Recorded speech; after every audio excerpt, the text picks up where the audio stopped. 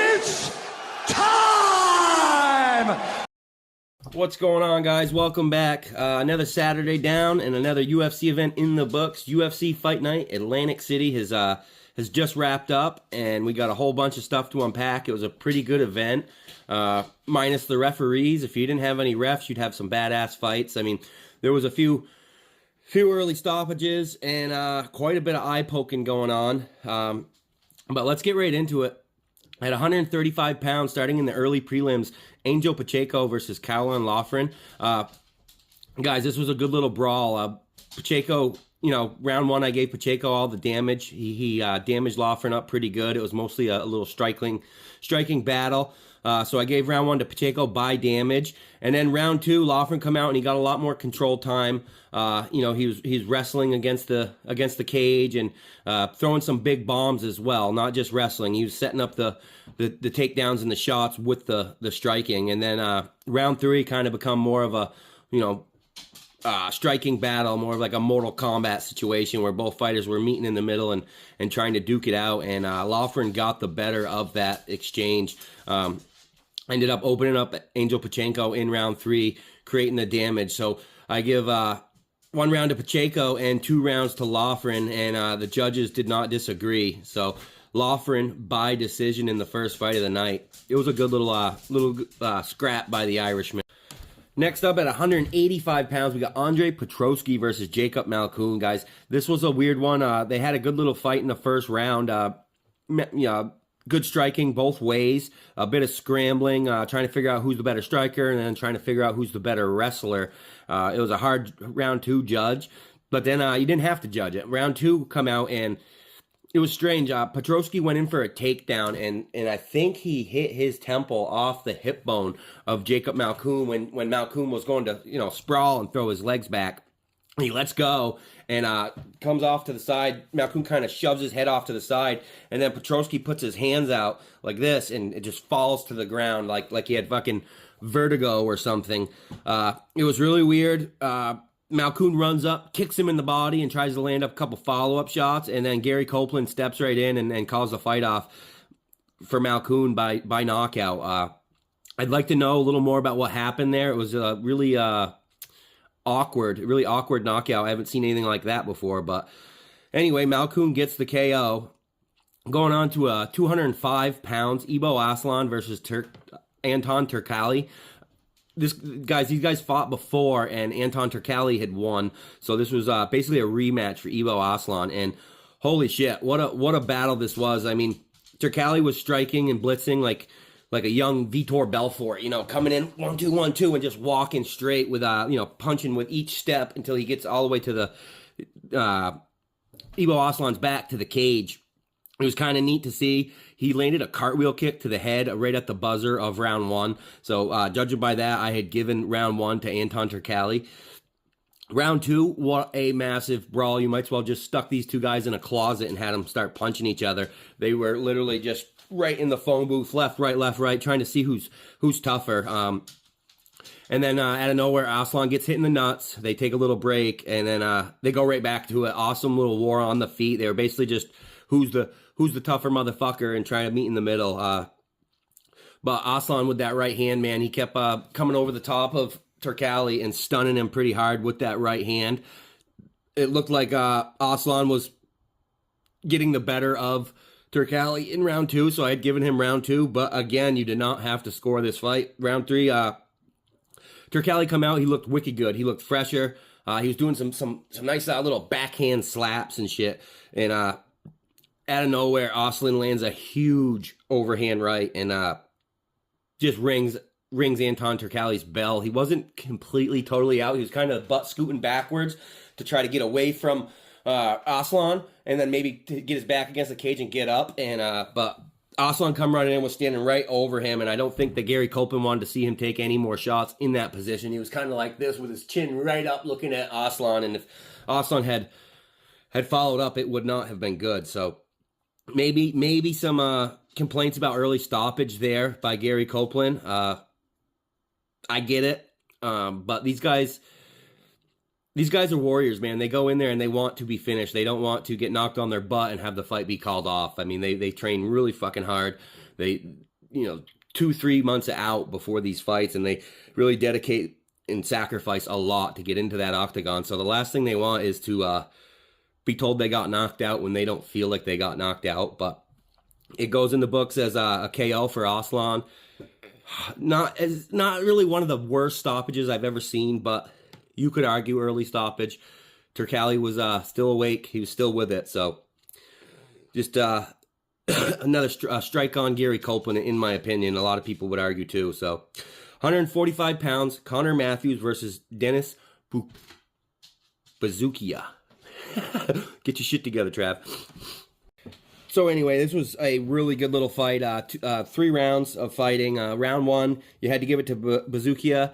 He landed the better strikes, had the better timing. And then, Connor Matthews looked like he was the quicker, more speedy and snappy fighter, but the story was Dennis Buzukja's timing. You can beat speed with perfect timing. So, and that's what this was, a simple case of that. They had a good little war for two rounds, 1 and 2.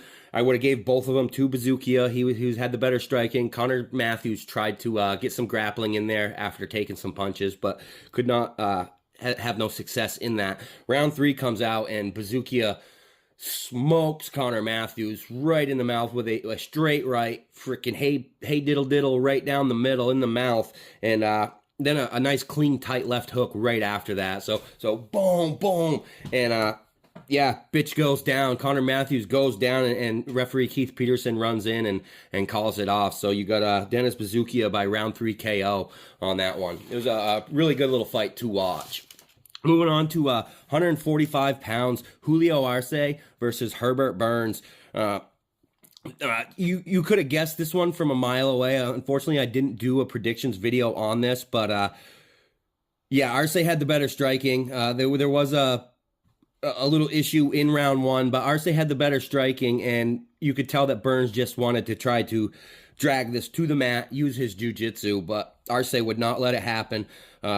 Couple trips here and there, but Arce would pop right back up. And then there was 2 groin shots in round 1 from Burns. Had Arce against the cage, and when you're defending against the cage, you kind of got your legs spread right out, and Burns threw a knee and hit Arce in the nuts. Referee stops the action. They go back to it, same exact thing. Got him against the cage and knees him right in the nuts. So Copeland ends up taking a point in round 1. So that didn't look good for Herbert Burns. He's down and out. He comes out round 2 with a little bit of urgency. I think they knew they were down a round because you gave round 1 to Arce. You take the point from Burns. That's a 10-8 round for Arce. So come out round 2, and Burns was really up against it. Arce knocks out Burns with a barrage of beautiful boxing. He's got him against the cage, and he's just 1-2, 1-2, left, right. He ends up, I think, hitting some really clean hooks against the cage, and Burns falls down. You could tell the look in his face that he didn't want no more of Arce. And Gary Copeland steps in. That was a good stoppage, in my opinion. Can't really argue that one. But yeah, so we'll get into the later the early stoppages a little later on. Gary Copeland did good in the beginning of the night, but I noticed he had a lot of fights to ref. So I don't know, maybe fatigue, maybe some of these guys shouldn't be reffing so many fights. I noticed the only referee I'm super familiar with lately is Keith Peterson, and then you had Gary Copeland. Who else was it? Vitor Ribeiro. I don't know if it's the New Jersey Athletic Commission or whatnot that why these guys are a little different, but I don't know. Maybe less fights a night for them to referee, because shit did get a little out of hand later on in these fights. So moving on to the women's 115-pound division, Virna Jandiroba versus Lupe Godinez. These guys had a little back and forth war. Really good little fight, but I gave 2 rounds to Jandiroba and 1 to Lupe Godinez. The striking of Jandiroba just looked better and cleaner. She had a lot easier time controlling the distance and keeping Lupe Godinez at the end of her punches. She got Lupe's back in round 1 in the final seconds, so I kind of gave her the edge in round 1. But then round 2, Lupe come out. She stuffed a takedown and tried to get top control, and then she went for like a leg lock, and they got in this crazy little leg tanglement for almost the entire round where their legs are tangled up. You got Lupe going for a heel hook, and then you got Giannaroba reaching over and just trying to clock her in the face while their legs are all tangled up. It was a hard little fight to judge just because of the way they were tangled. It was almost like a 50-50 position. So who do you give that round to? I think some of the judges must have given the round to Lupe, being it was a 29-28. But then round 2, Lupe had really nothing for Giannaroba. She was bringing the volume, the pace, and she wobbled. Lupe did wobble Giannaroba in round 3 pretty bad, but Giannaroba come back. She shot and got Lupe's back and pretty much searched for a rear naked choke in the final seconds of the round. I mean, you kind of give her round 3 for the dominance in that position, but good little fight. Lupe looked outsized, I guess. And Giannaroba, she had the skills. She had the skills standing up. She was keeping her on the end of her punches and her kicks. And 29-28, wicked good battle. But you got to give it to Rob Snyder, man. Gets a pretty good win over Lupe Godinez. So good on her. Good on her. All right, guys, moving on probably to the fight of the night. 145 pounds, Nate the Train Landwehr versus Jamal Emmers. Dude, you guys, round 1 comes out, and Jamal Emmers is just, I mean, he looks like a fucking Stephen Wonderboy Thompson or something. He's piecing up Landwehr. He hits him with some pretty, you could hear the sound of him right in the head, in the forehead. Some pretty good long 1-2s, and I think he even landed a kick. He was just really snappy and cat-like. He almost has that Chuck Liddell pawing check front left hook. You know, it looks like a cat kind of just slapping you, but you know there's power behind it. And he just pieces Nate Landwehr up, dude. Nate runs into a freaking elbow and cuts him wide open. This man is covered in blood. He has, Emmers all over him with that karate style striking, and he doesn't care, dude. Nate Landwehr just comes forward right through all the punches and grabs a hold of Jamal Emmers, and he's like fucking Brad Marchand out there in a hockey fight against the cage. Just got him by his head, and he's wham, wham, wham, wham, wham. It literally looks like a schoolyard brawl, and ends up hitting him with an uppercut and drops him. And as he's falling, Nate Landwehr just kind of pushes his head to the ground and grabs him by his face and just hammer fists him right in the face, dude. This man is covered in blood. Keith Peterson steps in, pulls, bloody Nate Landwehr off of Jamal Emmers. Jamal Emmers is out. Round 1 knockout by Nate Landwehr. I mean, this guy is a badass, dude. He's an honorary Diaz brother, in my opinion.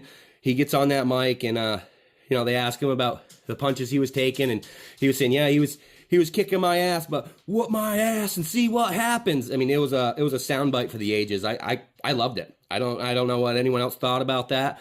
Leave in the comments what you thought if you watched the fights, but those are the type of, I'll watch an entire 5 to 6 hours of fighting to watch one fight like that. So that was a real treat to me. Moving on to the main card. 170 pounds, Chidi Njokuani versus Reese McKee. Now, guys, I did a predictions video on this, and I wasn't far off. I wanted Chidi Njokuani to get the knockout. He did not get the knockout. It was pretty much a 3-round chess match, to be honest. It seemed a bit of a chess match because Chidi Njokuani was ripping up the calf of Reese McKee. I think in the first couple minutes, he had already landed 17 calf kicks. You could see the red and the blue all over McKee's left leg. And so this changed it from a striking battle, which we thought 2 strikers were going to go out there and just have a little chess match.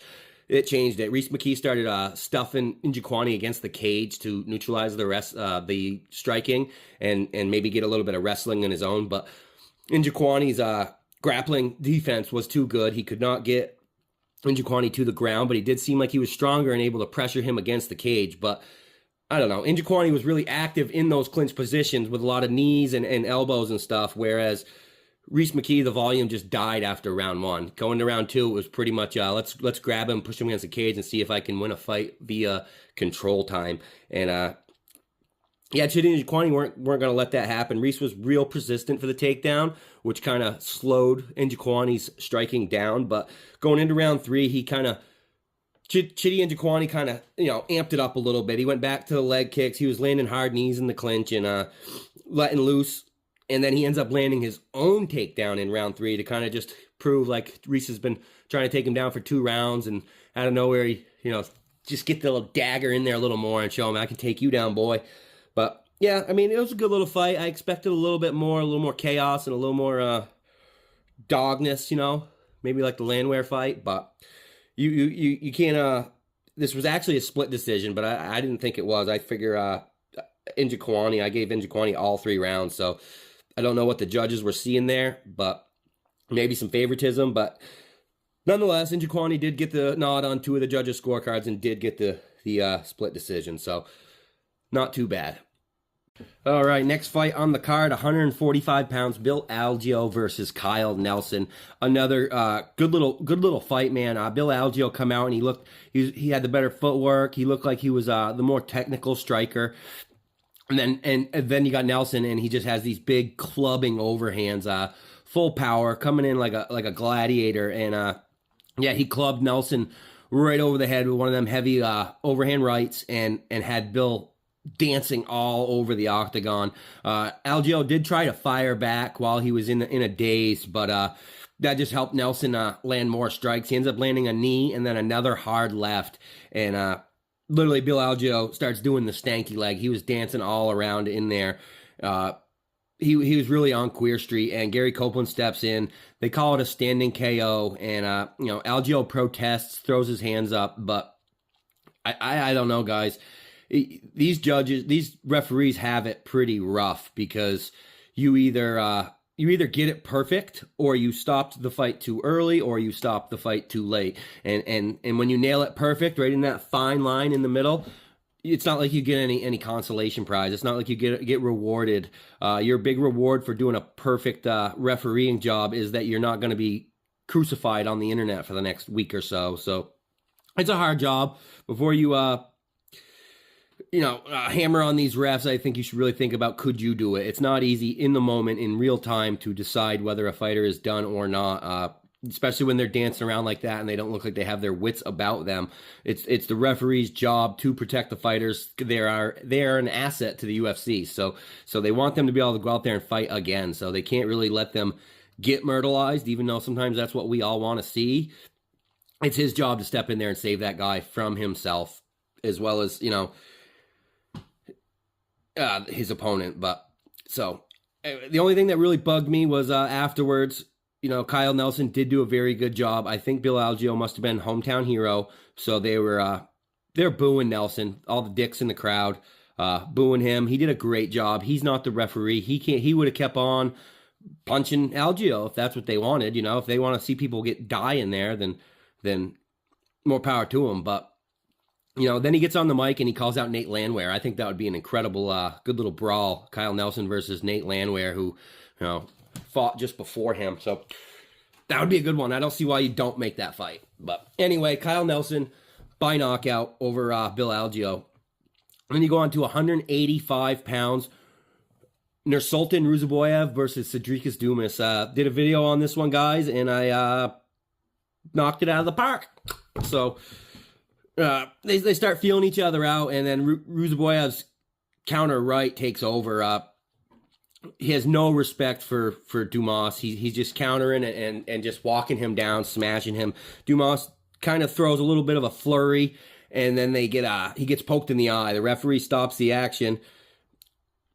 No, he doesn't stop the action. He didn't stop the fight on this one, and then Ruzaboyev just rushed him while he's fucking with his eye, and charges him, knocks him over with an uppercut against sends him flying back on his butt against the cage, and then follows up with a whole bunch of hammer fists until Vitor Ribeiro steps in.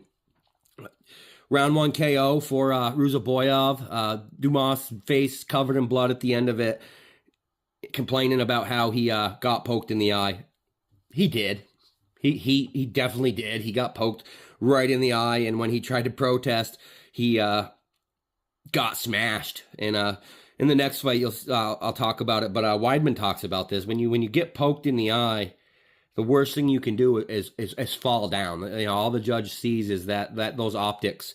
All the ref sees is those optics. And so, you know, you got to stay on your feet, and you can try to protest, but you got to stay on your feet, and your job is to protect yourself at all times. I'm not concerned for Cedric Dumas. I think that he was going to get his ass kicked either way. And being that he's a woman beater and whatnot, who cares? Fuck him. Let him get poked in the eye. Let him get pounded out by 6'5" Ruzaboyev. I was happy with it. I think it would have happened no matter what, eye poke or not. I think this boy was getting knocked the fuck out. So screw him. Ruzaboyev, round 1 knockout. And then at 185 pounds, Bruno Silva versus Chris Weidman. Chris Weidman, man, what a trooper. I did a prediction video on this, and I counted Chris Weidman out all the way to the end. I don't think I said very many good things about him in that video, but proud of him. Very proud of him. I know the video didn't sound good, but during the fight, I was literally cheering him on, saying, wow, go Chris Weidman. I mean, he looked like the faster, younger fighter. Round 1, he comes out and he pressured Silva against the cage. I think that was part of the game plan to zap his gas tank, so that way Bruno Silva would not have the pep in his punches coming into round 2. Because round 2, Weidman didn't really grapple. He actually struck with him. I think he felt more confident, taking the energy out of Silva in round 1, made it so Weidman just looked like the fresher, younger fighter. He throwing the leg kicks, throwing the high kicks, throwing the boxing was better. And then unfortunately, they had a couple eye pokes in round 2. It was like a double eye poke where they both poked each other. The referee stopped the action, warns the fighters, tells them to keep their hands closed. And then round 2, Chris Weidman drops Silva with another accidental eye poke. It was like a left hook punch with his finger out, and he middle fingered him right in the eyeball, man. Just full finger, like old Susie Rottencrotch back in high school. So Chris Weidman, Bruno Silva drops right down quicker than a sack of potatoes. When they run back the replay, it wasn't a punch. It was an eye poke, and he just decided to drop.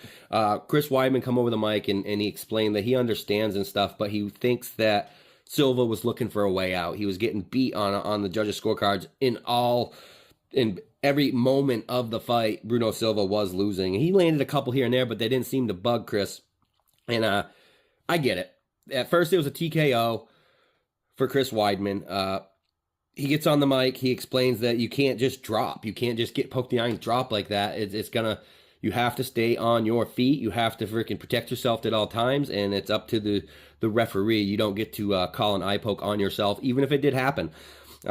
It sucks. Sucks for Silva. These judges, the referees need to be, more cautious in how they deal with these things, but they also have to change something here with the gloves or something, because it happens too often, and they're kind of just, oh yeah, it happens. It's ruining fights. It's, I don't think it would have affected this one much. I think Weidman would have won a clean decision either way, but they raised his hand and called a TKO, and then later on in the broadcast, I think, or maybe it was social media, that I saw that the Athletic Commission had overturned it to a unanimous decision. Now, why that happened, a lot of people asking why there's not a no contest, but it's because if there's an accidental eye poke or something like that, and already 2 rounds have been completed in the books, they revert to the judges' scorecards. They don't just call it a no contest if it's an accidental eye poke, and instead of calling it a no contest, they take the 2 rounds that have been fought, and they take the scorecards for those. And if there's a clear winner on those scorecards,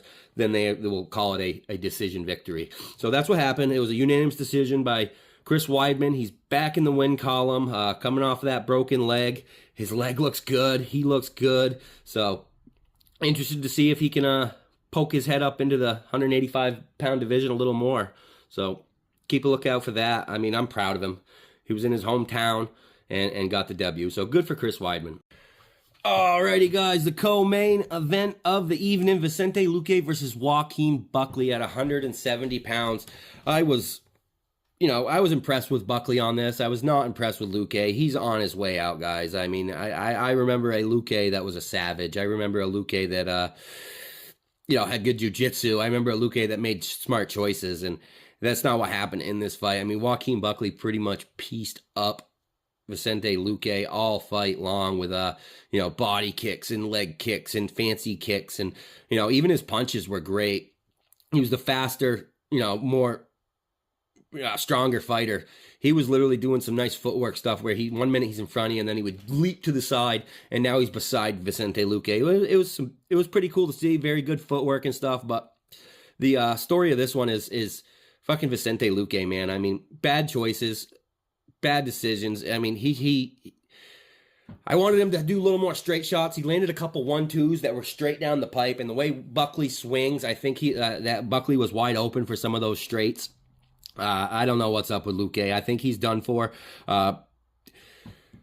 Joaquin Buckley ends up hitting Luque with some punches, and he gets up against the cage, and Luque pulls guard, right? So any really good jiu-jitsu guy, you think, oh yeah, sweet, he's pulling guard, he might get a submission.